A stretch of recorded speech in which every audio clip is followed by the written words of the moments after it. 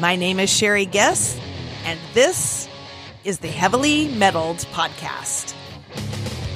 On this podcast, I interview patients, medical professionals, and industry insiders, having important discussions regarding the all too commonly experienced but lesser identified symptoms of hypersensitivity to metals contained in implanted medical and dental hardware, diet, and environments.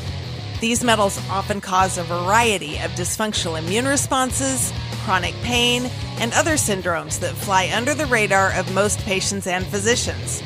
During these interviews, the patients and I discuss ideas for managing symptoms, share personal lifestyle modifications, and talk about how to advocate with and educate providers pre- and post-surgery, along with options found for implant removal and the how-to of adverse event reporting.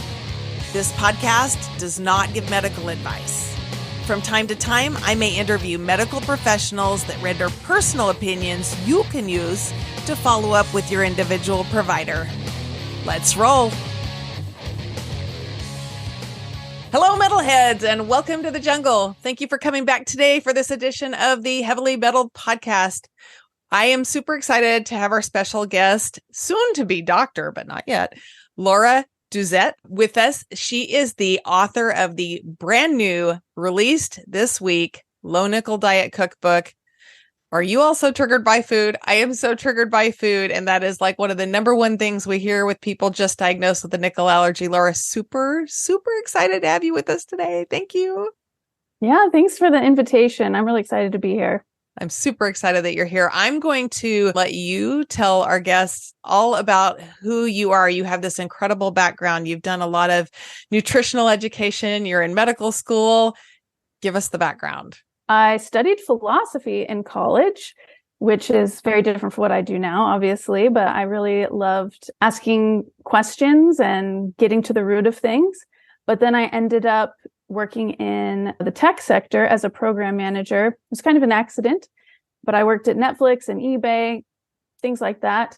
But I wasn't that fulfilled by those jobs, and I was trying to figure out what I should do next. I lived in a van so I could save a bunch of money. I've done a lot of really odd things, but I decided one day, okay, I'm ready. 1 month from today, I'm going to quit my job and I'm going to really figure out what the next thing should be that will fulfill me in life. And the very next day, I was on my bicycle and I got hit by a car and I got a traumatic brain injury. Oh no. So the universe wanted to stop me in my tracks, I guess. I'm really, really lucky because it could have been a lot worse. I know people that have it a lot worse than I do, but it was still very challenging for me. And I had a lot of trouble recovering. And my doctor said, okay, you just have to wait. You know, usually we don't know how things are going to be for 6 months, a year, sometimes 2 years. And they're just going to have to give it some time. And they didn't really give me much other help than that. There was some occupational therapy and stuff that they were doing, but no diet, no nothing. So I did some research and I found this diet called the GAPS diet. And it's a gut healing protocol made by a neurologist, Natasha Campbell McBride.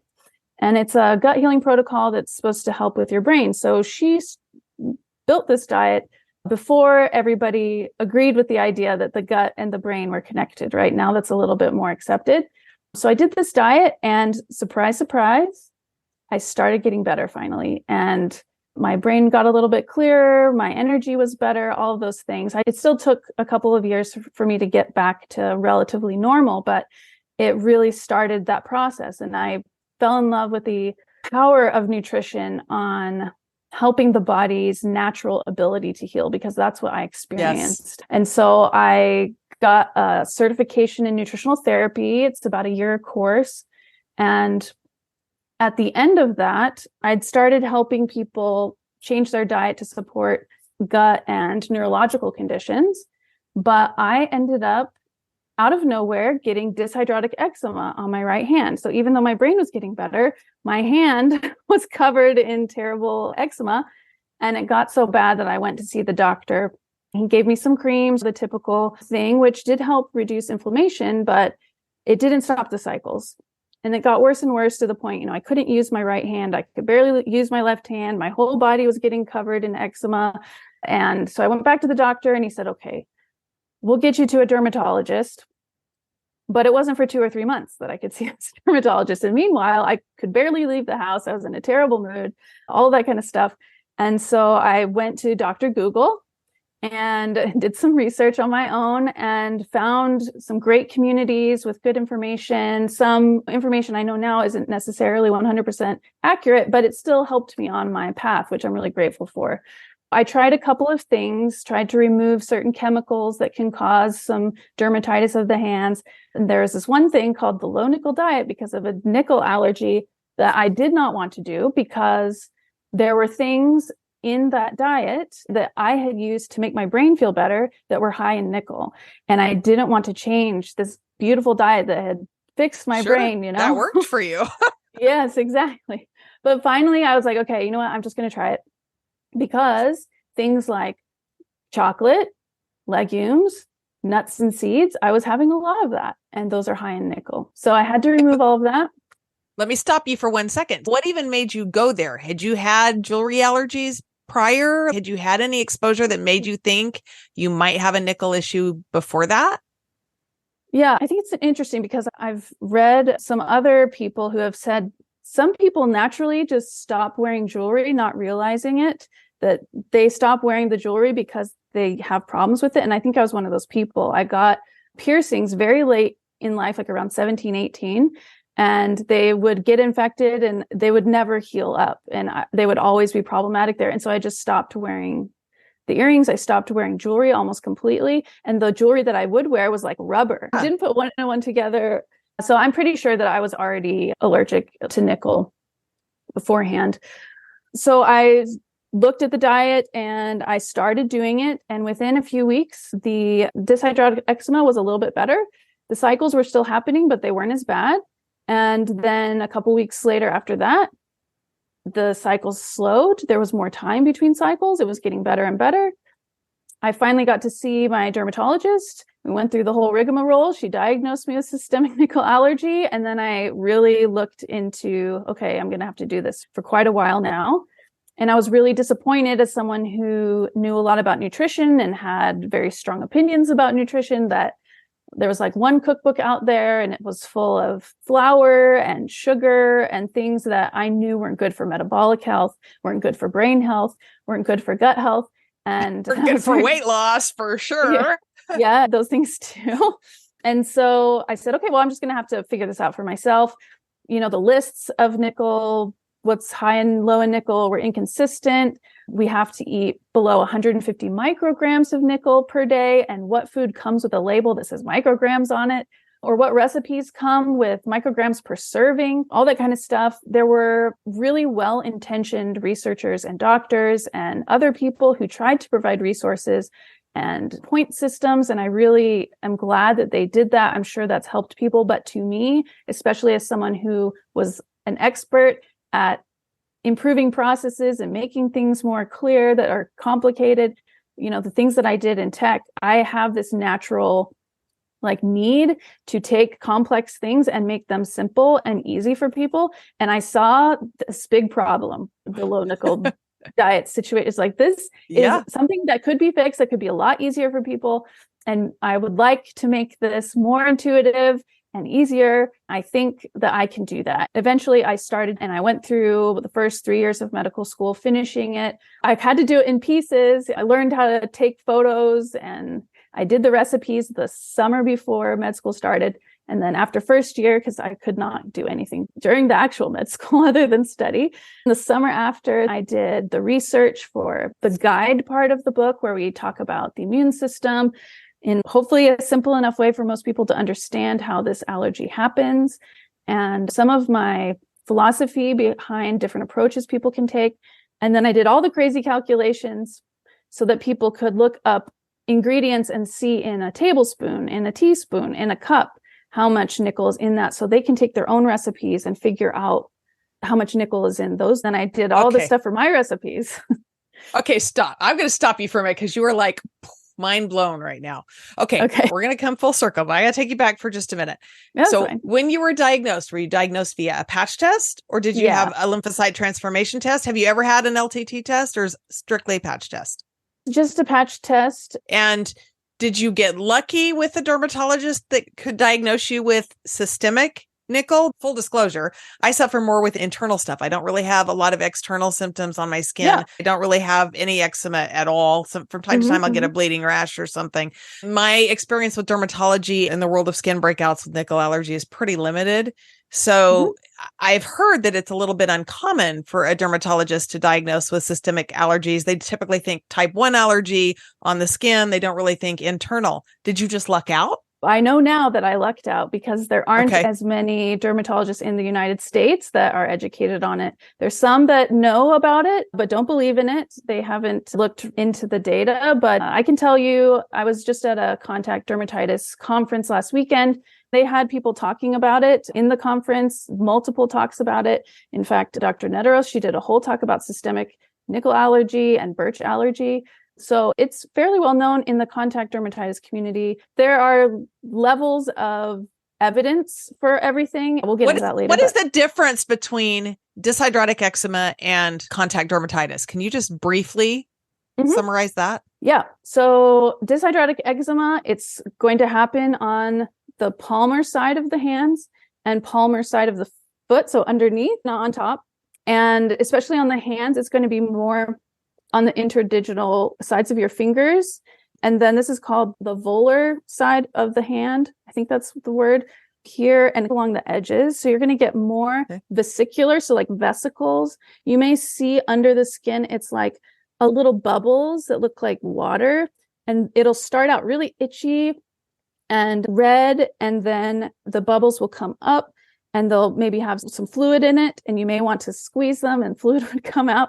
Then it scabs over and then it heals. Hopefully it doesn't start again, but if it does, the whole cycle starts over again. And that takes a couple of weeks to go through that whole cycle. Only on your hand? Yes. Nowhere else on the body? No. Except the feet, hands and feet. Yeah. Dyshidrotic eczema, it has to be vesicular, and those are the areas that it happens. You can get other types of dermatitis on the hands, but it's usually more in the palm or the dorsum of the hand. You can also get some vesicles here as well, but you can also get contact dermatitis here. Those are the definitions provided to me by Dr. Nederost out of Case Western. And contact dermatitis would be, in relation to nickel allergy, would be what in contrast?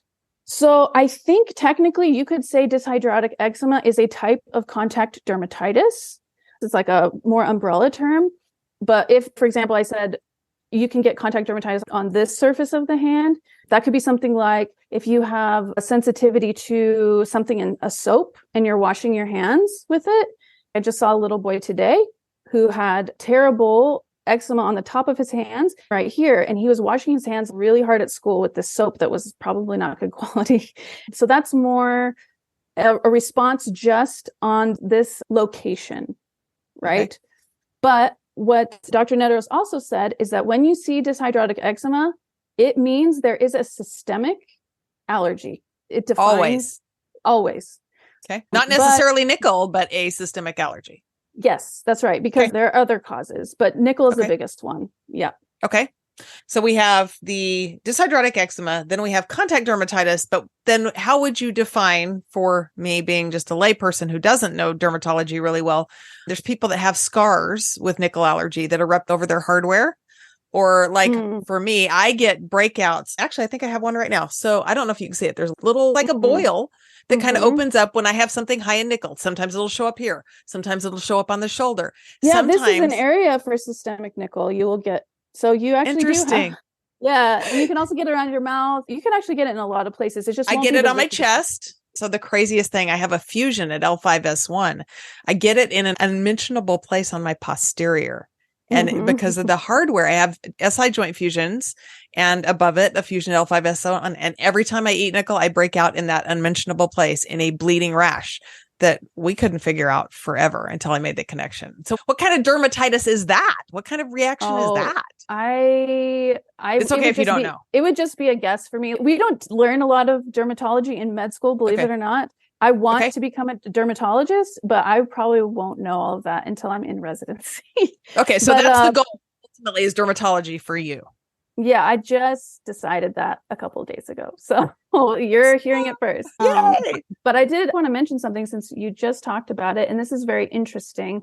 You know how there's patch testing? Yes. So if you take somebody who has a patch test and it's positive for nickel sensitivity, and they had, for example, let's say I had dermatitis on my ear where the nickel was before. So if I ate nickel, the patch test spot, it will flare up, as well as other spots where nickel was sensitized on the skin. Yes.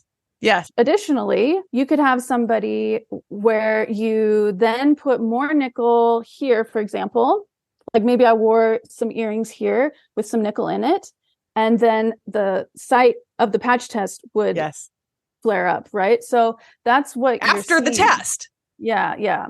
There is a memory that your immune cells have of where these things happen and where they need to go when something bad is happening, or what they think is bad is happening. Dr. Caicedo talked about memory lymphocytes in the last innate and adaptive immune system thing. So that was really fascinating. I'll tell you the super quick personal experience I had with it. I have a son who's adopted with a nickel allergy that had been throwing up his whole life. We thought it was a soy allergy. We could never connect the dots, and it wound up being a nickel allergy. It wasn't the soy, it was the nickel in the soy. But anyway, long story short, he is a blacksmith and he likes to work with metal. And he had at one point gotten a piece of metal under his skin while he was working. It healed, it scarred over, no big deal. Well, you know how since nickel allergy is antigen driven, he winds up with Lyme disease because the immune system is compromised. And when he got Lyme, this scar that had been healed for 2 years turned into this big, massive boil that we had to go to his doctor, who's great. She's a PA and she's amazing.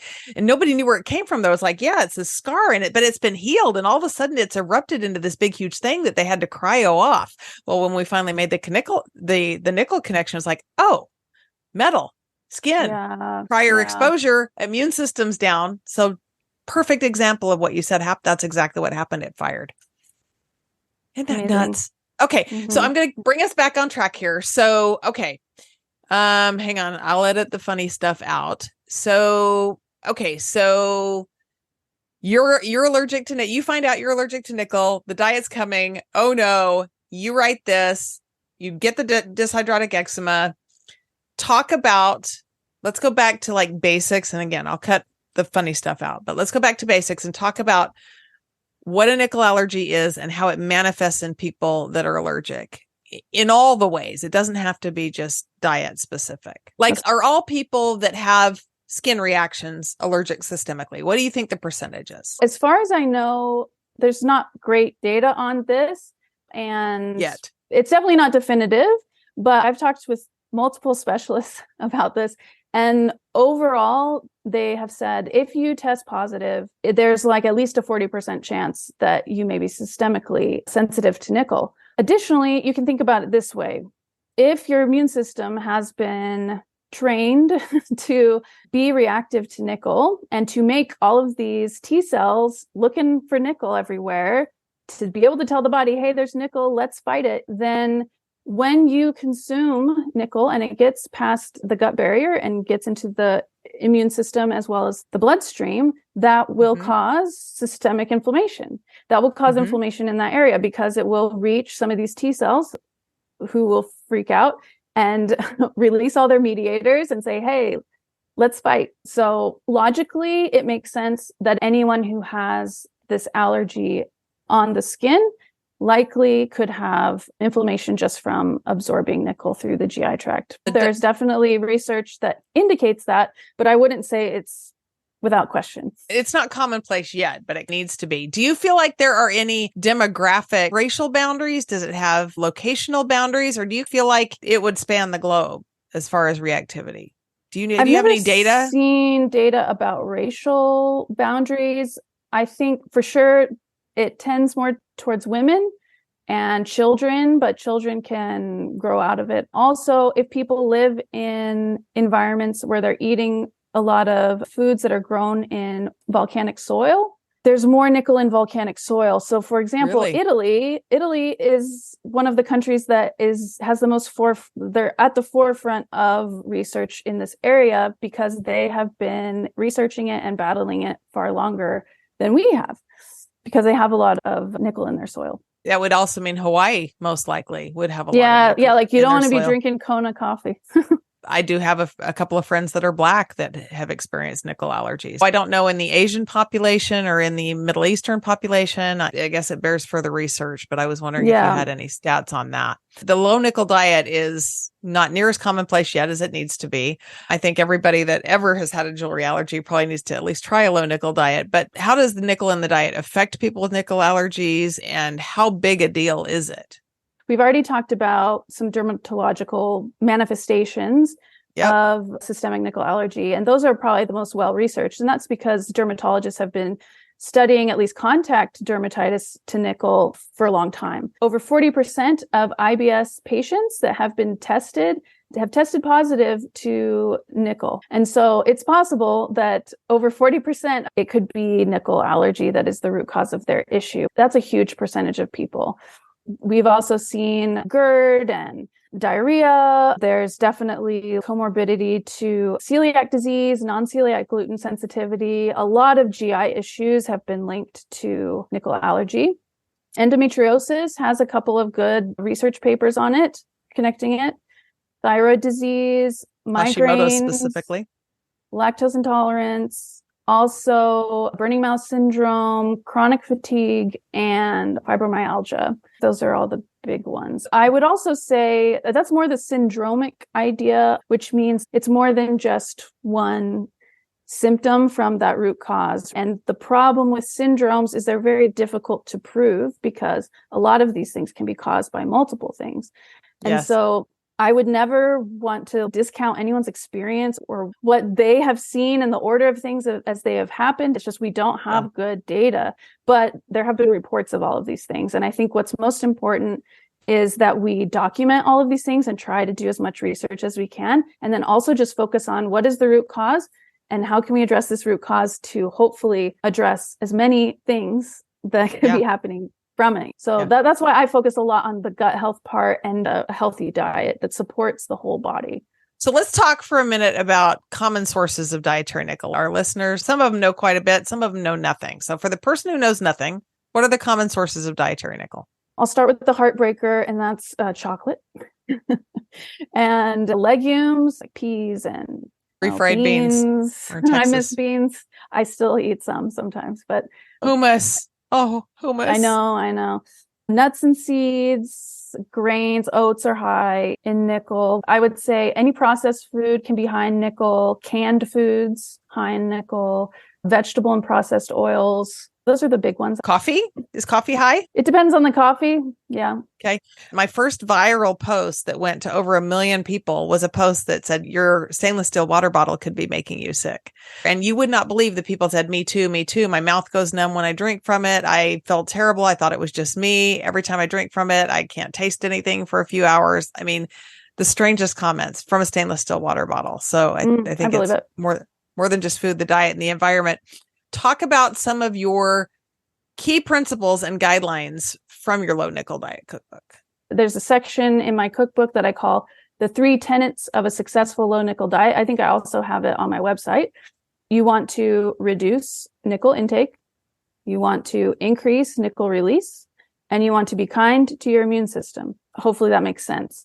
Those are the 3 pillars, if you will. So you want to reduce the amount of nickel that you're intaking. So that would be through food and most definitely through water, because unfiltered water is by far the biggest intake of nickel of all possible sources. And that's one of the more surprising things. You really want to be careful with unfiltered water.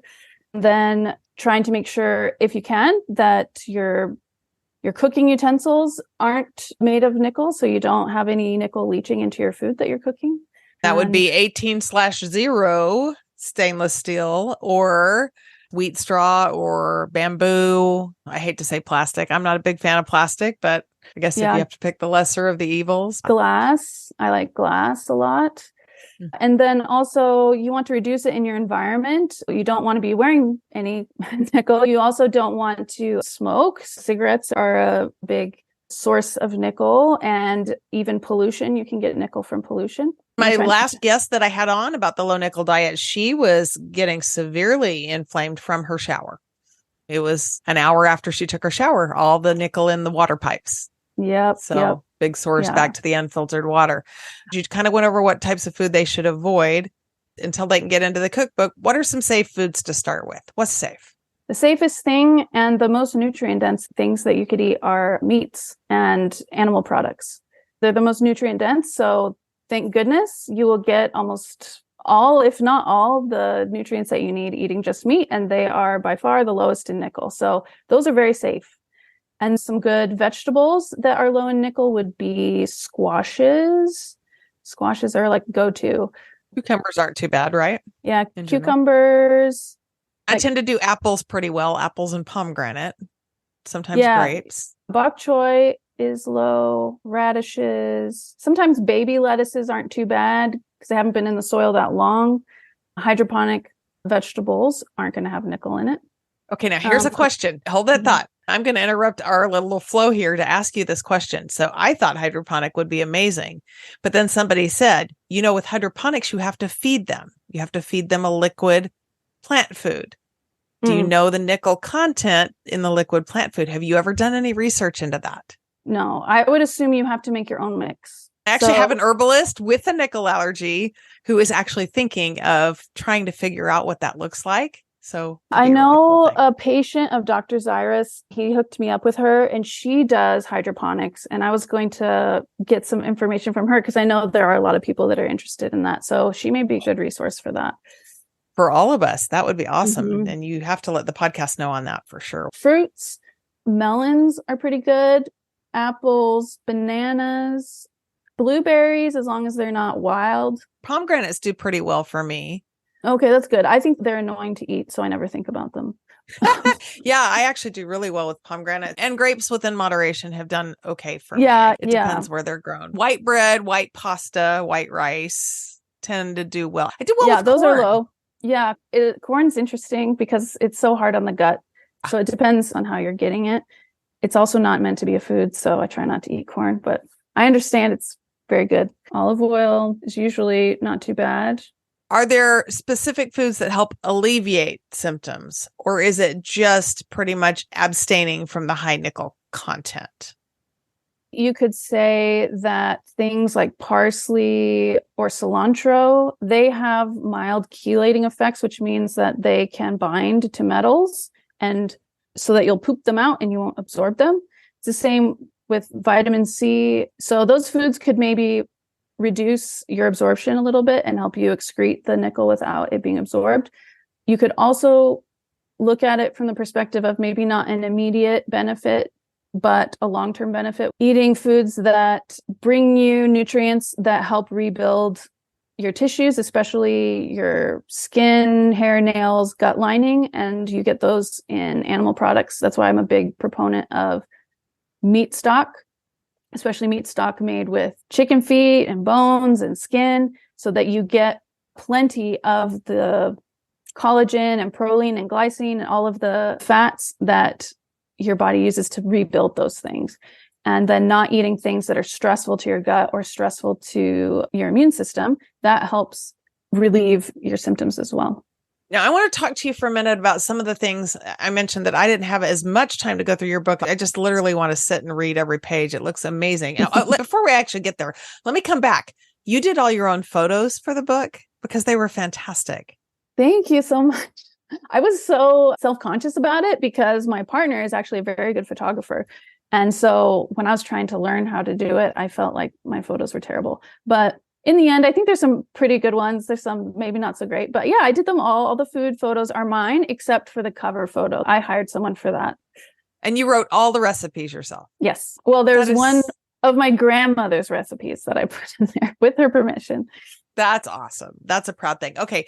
So going back, a lot of people with nickel allergies suffer with mast cell activation and super sensitive to histamine. Is your book a safe place to start, or do you think they're going to need to adapt some of those if they're still having a lot of histamine reactions? I have both a type 1 and a type 4 allergy to nickel. So I'm super high histamine reactive, and I have alpha gal also. Do you know what that is? I don't think so. It sounds familiar. It's the tick-borne allergy to red meat. I know. Oh, it's going away. Oh, really? Oh, yeah. I didn't know it could go away. That's great. In a lot of people, it goes away after 3 to 5 years. I'm on year 6 and I'm starting to be able to eat beef again, which is great. I have to kind of space it out. Ostrich and emu are red meat. They're poultry, so they're safe and they taste just like beef. So there's that. Really? But anyway, I'm dealing with some different allergies. But the big thing is, most people aren't dealing with alpha-gal. There are 3 of us right now that deal with nickel and alpha-gal. So we're kind of our own little group. It really is spreading. But I know there are so many that deal with mast cell activation and histamine issues. How many of the recipes in your book would be friendly to a low histamine diet in conjunction with the low nickel? The way that I wrote this book was basically I took all of the comorbidities that are typical or common with systemic nickel allergy, and I found the most evidence-based diets, many of which are actually used as standard of care in medicine to treat and support these diseases. So for example, the low FODMAP diet is standard of care to treat IBS. It's very well supported. However, not all of those foods are low in nickel, right? But I use that as one of the kind of pillars of the diet. Also a low carbohydrate diet and the Mediterranean diet, and a little bit of influence from the GAPS diet as well, although that one does not have research around it. It's just my personal experience with it and with my clients. Yeah. And I know nothing about the GAPS diet. It's a gut healing protocol. I would say I took a lot of my love of broth and soups and some of the elimination diet aspect of it to this diet. So I used all of those kind of filters on the low nickel diet, and that's where all of my recipes come from. However, I do notate in each recipe that may have like some high FODMAP foods or that aren't low FODMAP and what you could take out. Basically, I made it so that each recipe you could see what some of the problematic things were and what you could exchange for it and stuff like that. There aren't a ton. You can have normal rice instead of cauliflower rice, for example. I try to stay away from rice, especially if I'm flaring up, because it can be hard on the gut. So that's why I kept that out, especially at the beginning. So is there no rice in the book at all? For example, if I ever mention that it has rice, I'm going to reference to the cauliflower rice recipe. But I'll also say you can just use normal rice if you want to. It's kind of easy things like that, where it's more like it's a normal cookbook. It's just for the people who want to stay more in the line of low FODMAP and those sorts of diets. They have those recipes of what they could do differently. So I'm a super all or nothing person. I see the list of super high nickel. And I'm like, I can't ever have that. Can't ever have that. Can't ever have that. I never did the Italian nickel detox diet or the like super hardcore things. It's kind of weird the way my brain works, but you use coconut aminos. I would never think that coconut aminos were safe because coconut's in it. But I noticed several spots where I did find in your book that you use foods that I would typically think are more problematic for nickel, but you're not afraid to use them. I mean, part of me is black and white, all or nothing. The other part of me is kind of moderation in all things. And it's probably okay to have a few berries. It's okay to have a salad once a week because I'm in a place in my healing where I can do that. Right. But how do you know when a little bit's okay or a little bit's too much? I guess that's really the question. That's definitely tricky. I would say for some of those things like coconut aminos and whatnot, I went to the community and asked them or found posts where people talked about whether or not they had trouble with it. And a lot of the things I use that some people worry about are high nickel. So many people had no problems with it. And so I tried it and I didn't have a problem with it. And other people I've worked with, they haven't had a problem with it.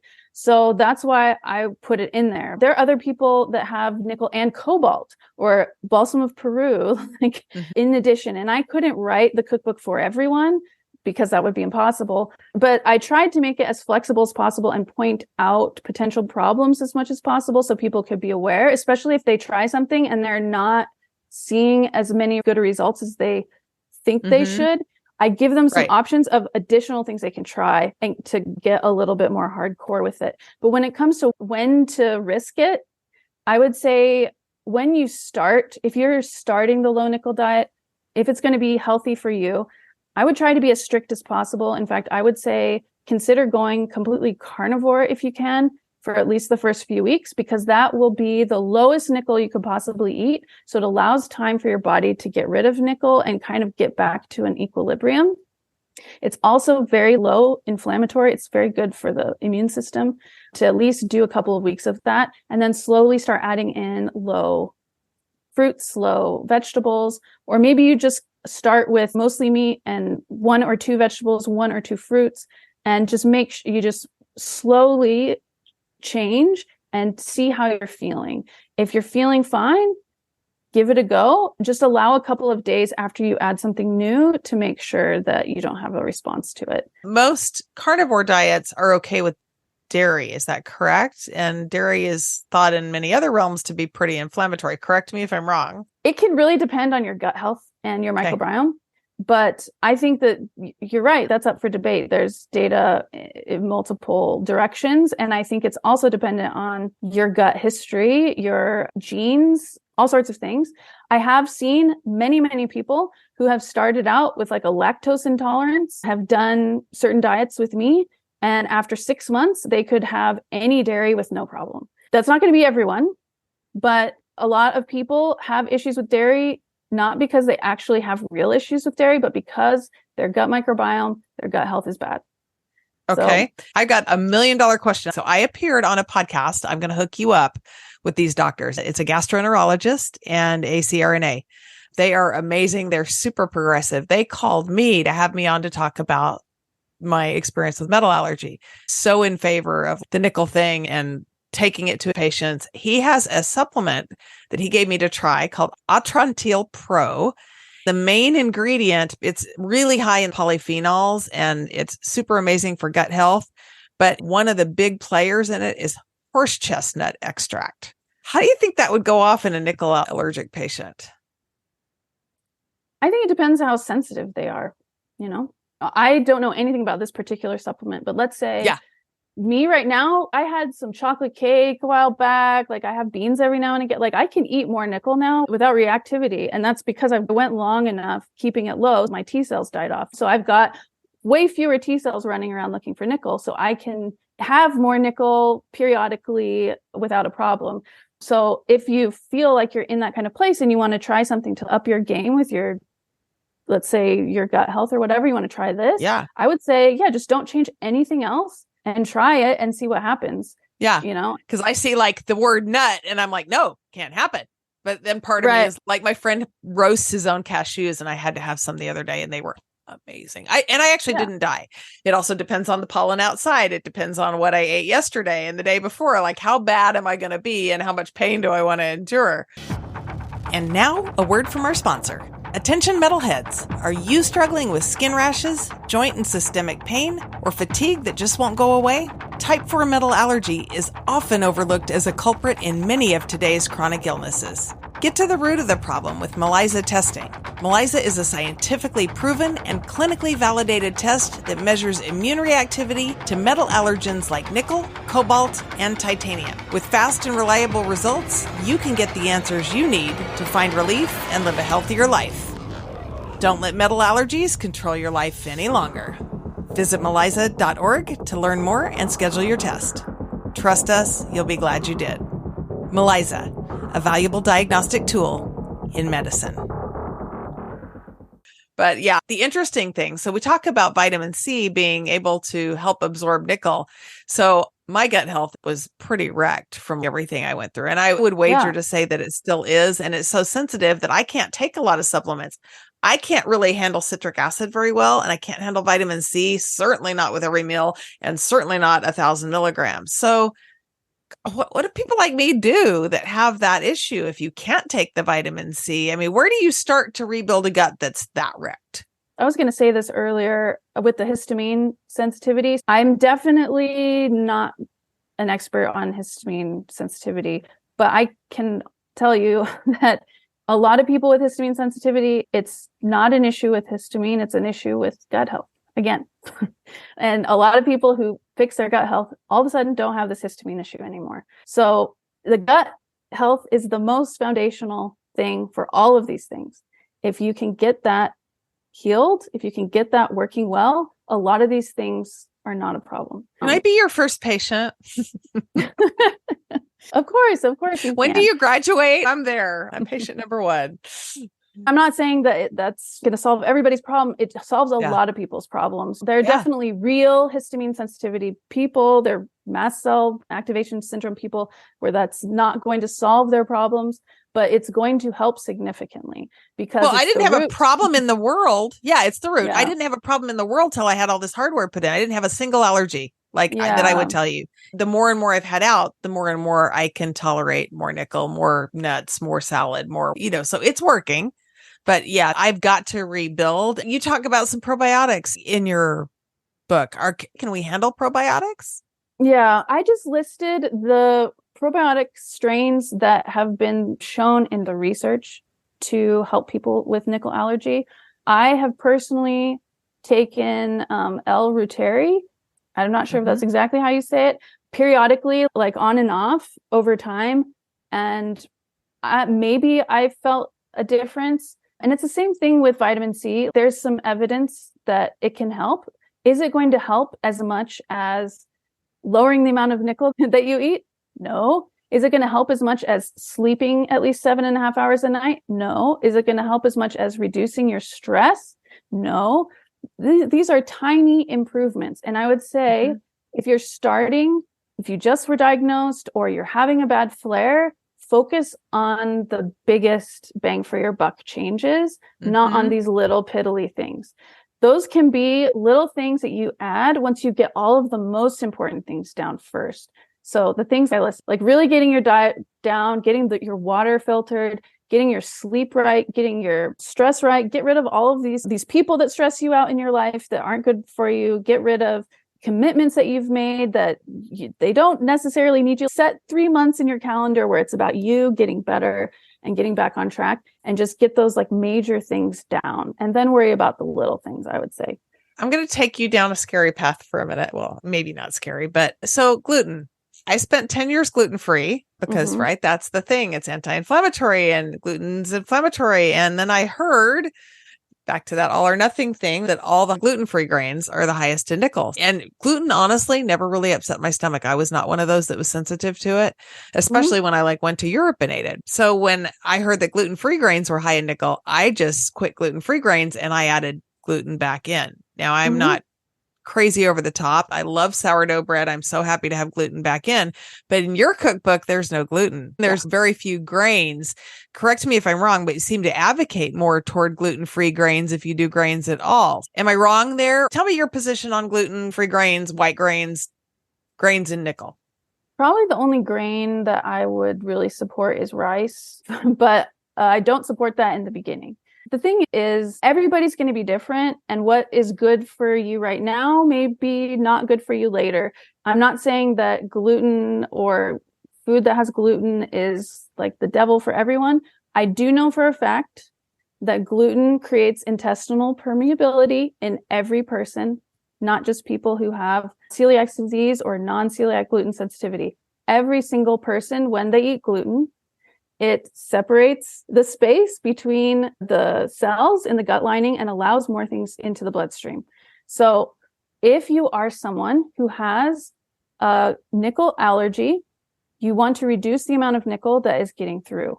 So you want to do whatever you can to keep that gut lining as selective as possible. And that is why I support no gluten in the diet.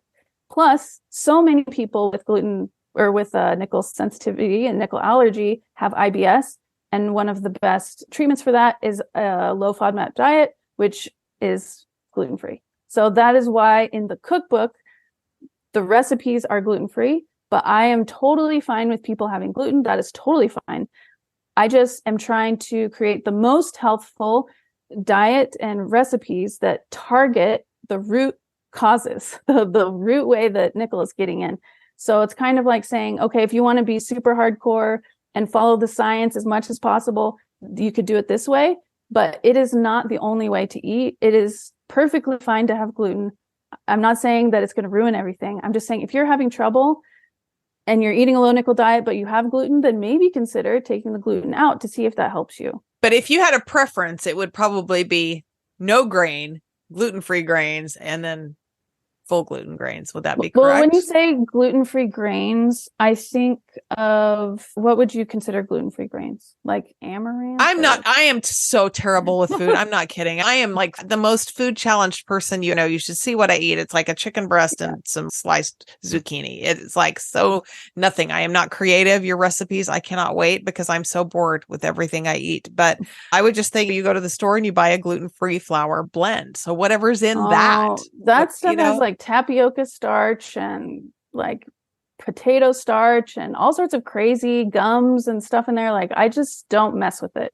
I just want things to be simple and easy. So you're pretty much no grain. You would rather grain. I mean, I would rather eat all of the bread in the world because I love it. But if you're asking me what I think is most healthful and addresses the foundational health and foundational causes of this stuff, I would say, I would stay away from that at least for the first 1 to 3 months to get everything as good as possible, and then start adding little things in and seeing how it makes you feel. Like, get to a really good place and then add one thing at a time and see if it triggers you. I'm in a fairly good place, and I seem to do pretty well with white sourdough, and I have not gone downhill too bad with quinoa. Yeah, quinoa is one. Yeah, you're right. Quinoa, those would be safer if you feel like you have to have some grains. Yeah, quinoa, white rice, and white flour, white sugar. Yeah. Let's talk about potatoes. I do well with potatoes, yellow potatoes. Yeah. Potatoes can be problematic only in that they can really like get nickel from the soil, but you don't know. It depends on where they're grown. And that's really true of every plant, unfortunately. I'm not sure if I put it in low nickel or moderate nickel, but it really depends on the measurement. And so I think potatoes can be great. How do you feel, this may be out of order, but how do you feel about stainless steel cookware? We've talked about silverware, but do you think filtering your drinking water, probably a big deal? No Berkeys, no Yetis. Sorry, Yeti. Actually, I do use a Berkey. Do you? Yeah, I do. This is probably going to make you crazy. My pain diminished probably by 20% when I stopped using my Berkey. That crazy? Well, then that was the right move for you. I guess we're all sensitive. We're all sensitive. Well, you were probably more sensitive than I am then. Yeah. So some people can use it. So Berkey's not necessarily a hard no for a lot of people. Yeah. If you put metal under heat, obviously it's more likely to leach out nickel. If you have acid, that's more likely to leach out nickel. If it's cold, then it's less likely. But also, like you mentioned earlier, even with cold water in a hydro flask, people can get reaction to it. Yeah, I thought it was the most random post that I posted, and it was the one that had the most comments and the most people saying, oh my gosh, me too. And you also have to think about if they're getting an immediate reaction from it, then that sounds more IgE mediated, right? So, sure. Yeah, I don't get any of those. Mine's all systemic. I don't get the exterior very often. I only have my frame of reference. Okay, so what impact do you hope your cookbook will have on people with nickel allergies and eczema? I hope that it makes it as easy as possible for people to understand the allergy and to implement a diet at a level that removes their symptoms. What level of healing have you personally experienced? You've referenced that you can eat more. Is your eczema gone? Have you stayed in remission? Do you consider yourself all the way better?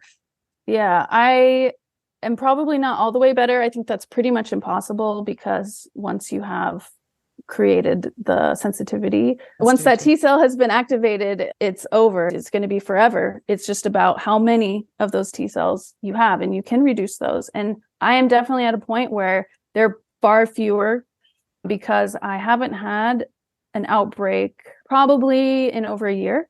Now I have had, just today, I was driving and I could feel like the tiniest hint of a little bit on my finger, but that was it. And that's pretty much all that I will experience is that, like, oh, there's something there. I guess I'll just eat really low nickel the next couple of days and then it goes away. But I don't get any itchiness. I don't get anything anymore. Now, sometimes I do have digestive symptoms. I'm not sure if they're related to nickel or not. So that's where I'm at. As one who never has had the eczema, I would guess it's quite painful. Yes. Yeah. It's very painful, especially at the worst of it. And when it's at the beginning stages, when it's so itchy. I don't know if you've ever had eczema or something that was really itchy, but it drives you absolutely mad. That's why when I see these kids come in covered in eczema, in the dermatology clinic, like my heart just breaks for them and I just want to fix them. I say I didn't have anything, but when I had all the hardware and all the Lyme disease and all the things, I did go to a dermatologist and I was diagnosed with Grover's disease. Now, I don't think it was Grover's disease. I think it was nickel allergy, but I was itching. I felt like I had chicken pox. And I was itching 24/7 and it was horrible. And itch is one of the worst things ever. It just drives people insane. Yeah. Well, I'm glad that you're not dealing with that anymore. Yeah. So what advice would you give to listeners who may not have nickel allergies, but are interested in maintaining a healthy diet? Would they be helped by your cookbook?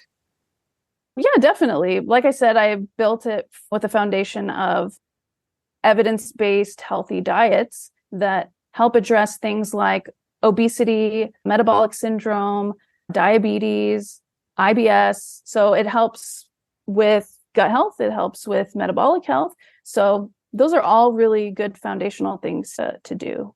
I didn't get to the end because I just kept reading in the middle. And so I never made it to the end. Is there dessert in the book? Yes, there is. I'm not a big dessert person, but I made sure there were dessert recipes. This was probably one of the last sections I did. Awesome. What kind of sugar or what kind of sweetener is the safest with a nickel allergy? Oh, this is a great question. So I use allulose, which is this fabulous molecule that mimics fructose. It's the opposite. Like if you took like a mirror, it's the same shape. It's just on this other side, which means that you get the taste of it, but it is excreted through your urine and it actually grabs onto glucose and removes it from the system. So it helps lower your blood glucose. And that is why the FDA won't even call it a sweetener, because it doesn't actually act like a sweetener, but it tastes exactly like fructose. It's just not as strong. If I go to the store and I ask for allulose, they're going to look at me like I'm even crazier than I already am. Well, you can find it on Amazon easily. A lot of the health food stores will have it. I've seen it in normal stores as well. It's an absolutely incredible sweetener that actually makes you healthier. And there's been research that has shown it helps people lose weight. It helps reduce blood sugar, obviously. There are a bunch of things. There's a section where I wrote about it and I talked about the research behind it. I'm a really big proponent of allulose. That's awesome. Well, now there's going to be a big run on allulose. Thanks to you. Are there support groups, online communities, or resources for people with nickel allergies and eczema besides the Heavily Meddled podcast? Y'all. Right. There's a big spot in my heart for the Facebook group that I spent so much time on, and it's got a really long title.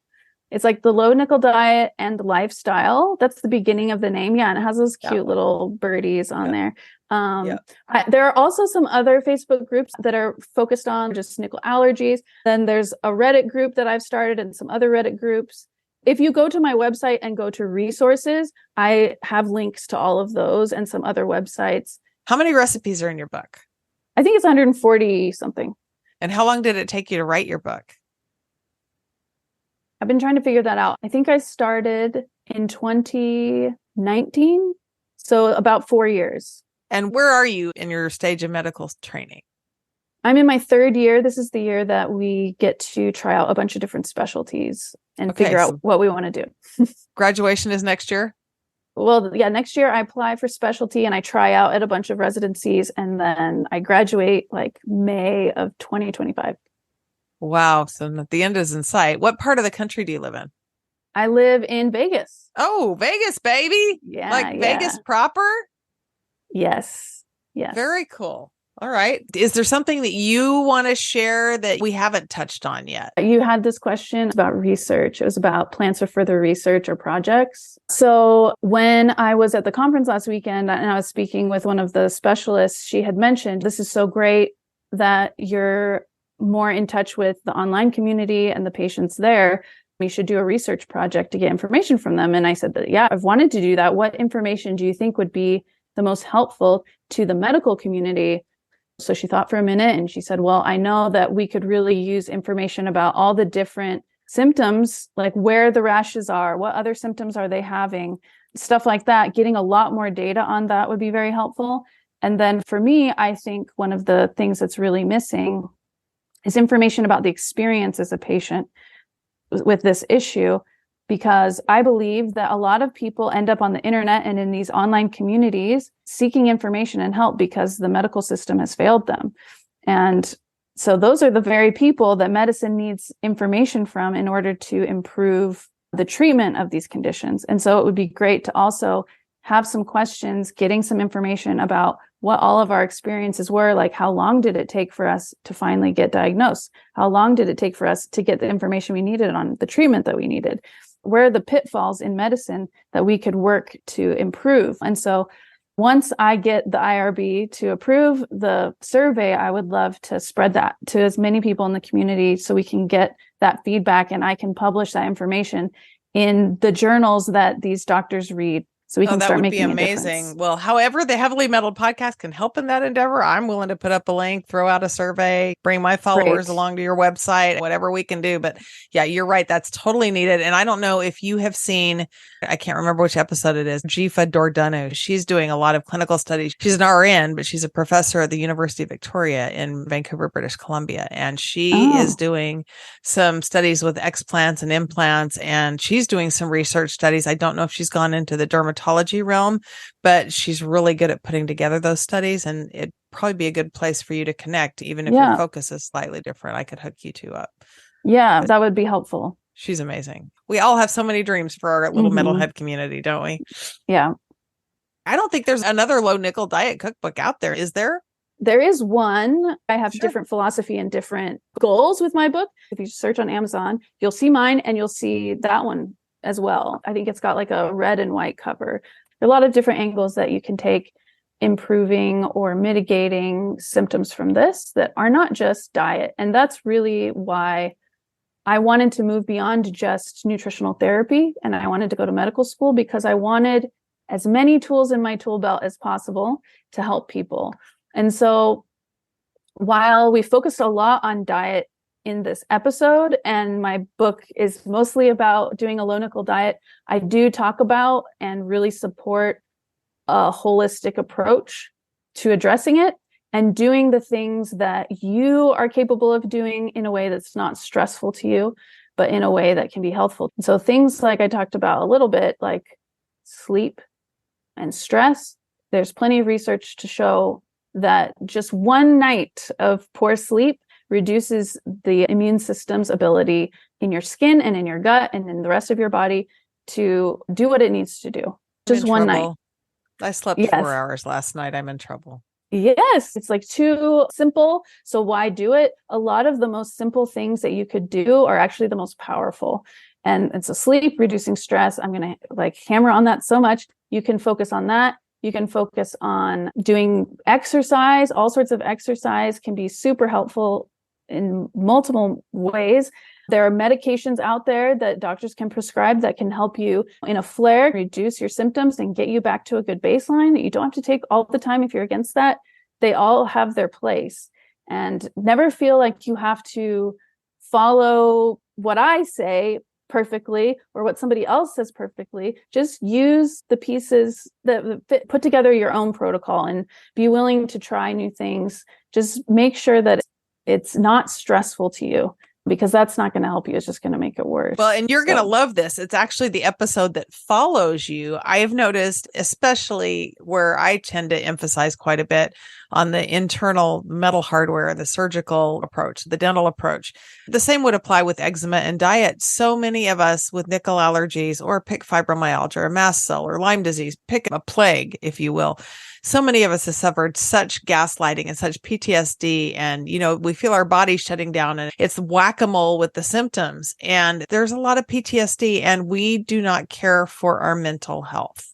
We don't know how. We are so busy having a caregiver and trying to show up in our life, to mother, to parent, to work, that we ignore. We're just so busy pushing through. Dr. Kim Duramo, I don't know if you've ever heard of her. She is a mind-body medicine physician. She's an allopathic doctor. She was trained in the ER. She worked in emergency medicine for a long time, decided that was not where she felt called, and left her career to do mind-body medicine. And she does a lot of limbic system retraining and neuroplastic retraining training and things like that. And she is actually the episode, a little bit of a departure for the Heavily Metal podcast, but that is the episode in 2 weeks after this one airs. I'm so glad you're doing that. As an osteopathic student, we really focus a lot on the very holistic, multifaceted approach and view of the body and of wellness. That's why I wanted to be a DO, not because it's better than an MD. It's just because it's so much more in line with my philosophy and what I've seen and how I would practice.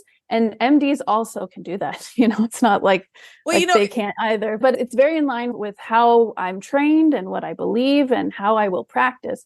And I'm so glad that you're going to have that. And I really encourage you to continue finding people like that, because it's just as powerful, if not more in some cases. And there's plenty of research to show that too. Have you ever seen the experiments on water? I'm not sure. Look up the experiments on water. So there was I don't know what his profession was, but there was a man who literally found, I will just tie this into me. I didn't really start to heal until I started speaking wellness over me. We don't realize how much we talk about our illness. We talk about it all day, every day. I got this thing and this thing and this diagnosis ad nauseum. And when you start to say, I've got this symptom and this symptom, your body hears you. If you say that you are well or you are working on something, case in point, I've got a Facebook follower. Every single post, I watch this woman post, and you know who you are. She says, I am worse daily. I am worse daily. And I'm like, stop. You start saying there are things I'm working through. I'm trying to solve some issues. You don't say I'm worse daily. Your body hears you, and you literally can change DNA. So the experiments on water, this is a scientist, doctor, I forget his profession, but he literally was looking at molecules of water under a microscope. You got to look it up. It's the most amazing thing ever. And he would speak loving words, love, kindness, joy. And as he would do that, the water would form these beautiful crystalline, like snowflakes, if you will. And then you speak something bad into the water, like you fool or something like that. And the structure would dissolve. It would just become a flat thing of water. And when you start seeing, there was a musician I followed for a while who wrote music in frequencies that have been shown to heal DNA. And, our bodies were designed, my personal feeling, by a higher power and a creator to heal themselves. They know what to do if you give them space. But if we're always pushing through, running, fighting, staying in that sympathetic dominance, fight or flight stage, our bodies can't heal. And I'm with you. I think it's just as big. There's a lot of people like me. I have hardware in my body that can never come out. Am I going to say I'm always going to be reactive? I don't know. What's possible? It's possible that I might not always be reactive. It's possible that I 100%. Can train my body to not see that at all. I'm not an ascended master in that at all yet, but I'm working in that direction. And we've got to come together and get out of that fight or flight response if we ever hope to heal. I absolutely love that. And you are going to love my response, or maybe you're going to hate my response when you ask me my favorite heavy metal song, because I have a little story about that. But before we go there, the placebo effect is very similar in that it's real and it actually helps support that idea, right? If you think you're doing something that is going to help you, then it has been shown that the body will heal itself or will think that it's healed. Just like the sham, about the sham surgery experiments that they've done this a lot in orthopedic surgery, where they will tell patients they're going to go in for like a shoulder surgery, and they'll actually cut like they did this shoulder surgery, but not do it. And then they'll do it on like half the patients, and then sham surgeries on the other half. And a lot of those people actually are perfectly fine afterwards, even though nothing was done. So you think, why is that? So if our brain wasn't powerful, why would our body heal like that? Placebo can't just be a random coincidence. It has to be something that actually happens with our words and our belief. Yeah. Secret in a bottle. I really started to heal when that happened. So it's really important. I wanted to ask you what you thought about the desensitization stuff. So the fact that you have this nickel in your body, how do you feel about the whole idea that perhaps the longer that it is in your body, you may become desensitized to it? I haven't really studied that at all, but do I believe that desensitization is possible? Like, do I believe that I can train my body through NAET therapy or some other kind of modality to be less reactive to the metal? I do believe that. So I do believe that that's a core belief. But I struggle, I kind of think like you, once the T cells are activated and those memory lymphocytes are activated, I think you kind of might always have the allergy. My understanding, again, just a layperson, I think the difference would be hyperreactive immune system versus a normal immune system. Mm-hmm. You're either like reacting to every little thing all the time, every stimulus, and paying attention to every little stimulus all the time, or it's just like it's there and it's a thing, but it's not a thing. Yeah. I think And it's kind of can be more like that, maybe. yeah, I mean, the immune system is incredibly complicated. And there's a lot of research that I've read that really surprises me. Sometimes it does the opposite of what I think it's going to do. But there is research out of the Italian group that I told you about. They've done a lot of research to show desensitization working for patients, giving them a little bit of nickel at a time over time, being able to mitigate a lot of their reactivity. Now, it didn't necessarily reduce their symptoms in every case, but it did reduce their patch test reactivity, I think. I'd be interested in a follow-up interview, and I'd like to get you and Dr. Zirwas on at some point together. Yeah, he could talk more intelligently about that. Oh, no, you're plenty intelligent. I'd like you to see that innate and adaptive immune system episode in regards to nickel, because that was wonderful. But I know for me, I'm trying to kind of branch out a little bit. And with the supplement that we talked about that's made from, what did I say, horse chestnut, I see nut and I want to run, but I'm trying not to rule it out before I try it, right? Because sometimes if we give our body the chance, our body will surprise us. Case in point, there was a medication that I'm not diabetic, but I was prescribed a diabetic medication to see about managing some swelling and blood sugar. And I didn't have a single side effect. I was worried because I normally have every side effect. I didn't have a single side effect. And I felt like a human being. It was life-changing for me. So I didn't really realize how abnormal I really had been feeling in my body until a medicine that came on to balance blood sugar was brought on. I was like, man, I feel like I have a normal metabolism. I feel like a normal person. So now it's going to be, insurance doesn't want to pay for that med because I'm not a diabetic. So now it's going to be figuring out how to do that and balance blood sugar and reduce fluid retention and things like that in a more natural way, because that's obviously something my body's missing and needs. I think the thing is, we've got to listen to our body. We all have this innate intelligence, even if it's that little voice that's like, you shouldn't eat that today. We need to pay attention to that because we all have that.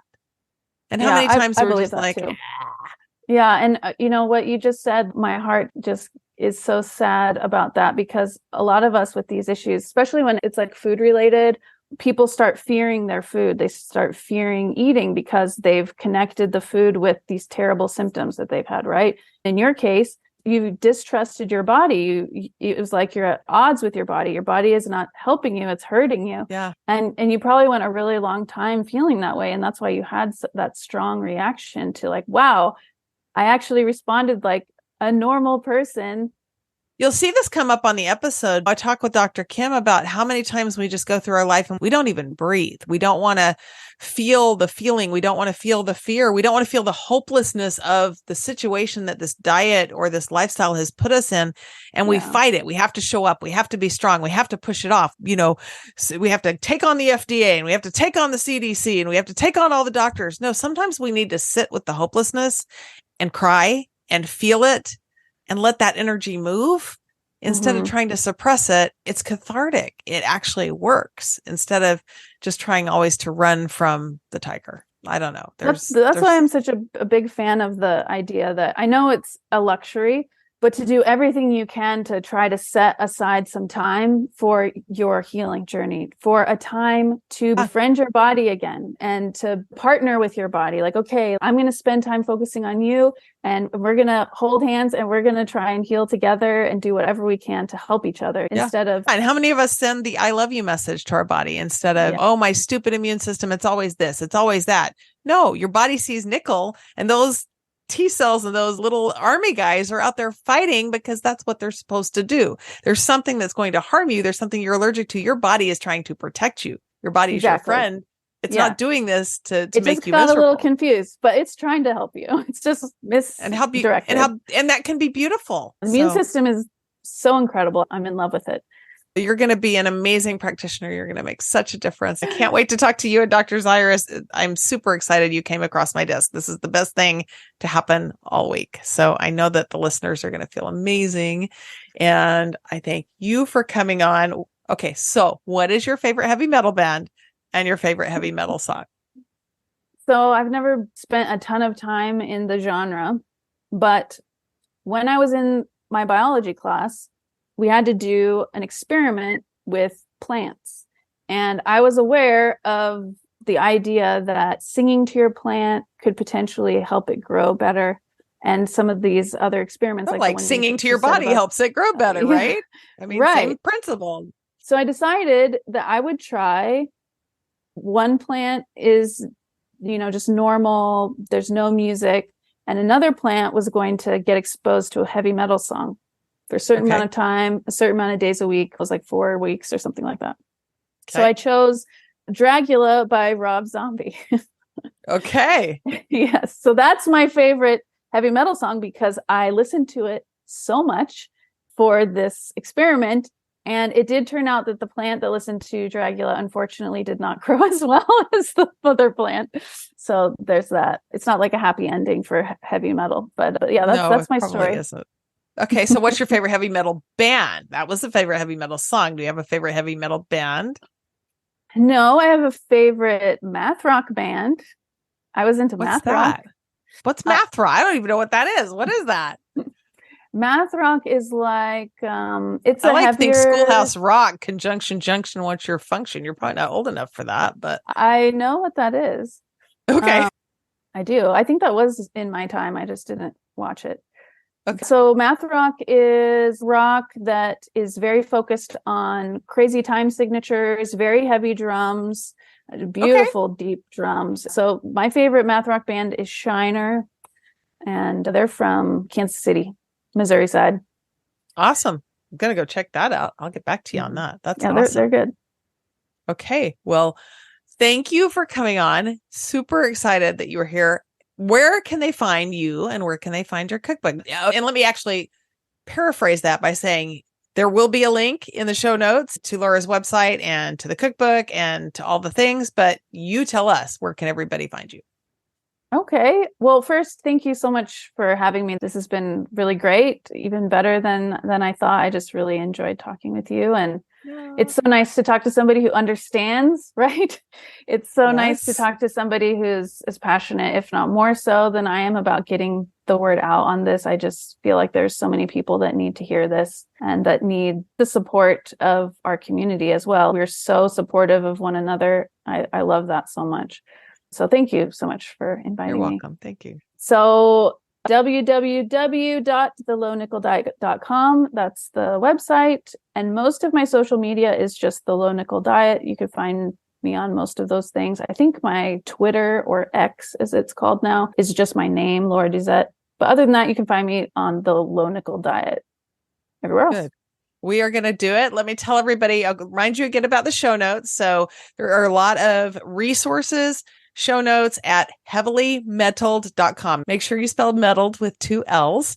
There's a link in the show notes to any photos. I don't know if you have any photos from your dyshidrotic eczema or before and after stuff that you want to share, Sure. Photos from pages of the book. We can put all of that up in the show notes, so we can put that there. You may not be aware, we didn't talk about this, and some of my listeners aren't aware that there is a petition also on the website that I have started to urge medical facilities, doctors' offices, hospitals, surgical centers to implement metal hypersensitivity screening in their routine screening prior to surgery. My vision for that is y'all go sign that petition.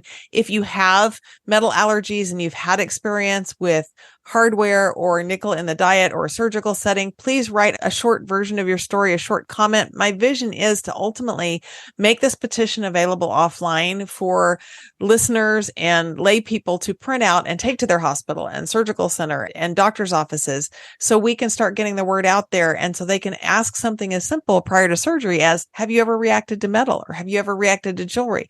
If we can start the conversation and keep the conversation going, then we bring all of us to the table. We find our tribe. We have better non-metallic implant options. We have better diet options and cookware options. And this is really a movement that I feel like needs to grow. You can find all the podcast episodes on there. But until then, guys, thanks for tuning in and being part of our tribe that tells the world and the medical community that we aren't going to take it anymore. We're here to heal. We're here to get better, and rock on, y'all.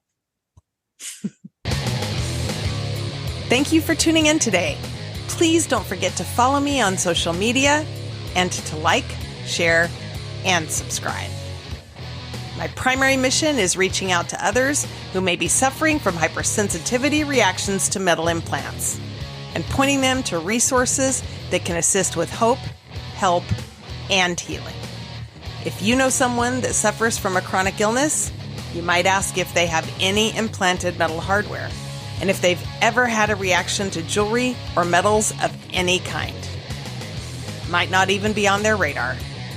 Visit us at heavilymetaled.com, where you can find images and documentation relating to our show today, as well as a number of valuable resources and links to assist you on your own personal healing journey.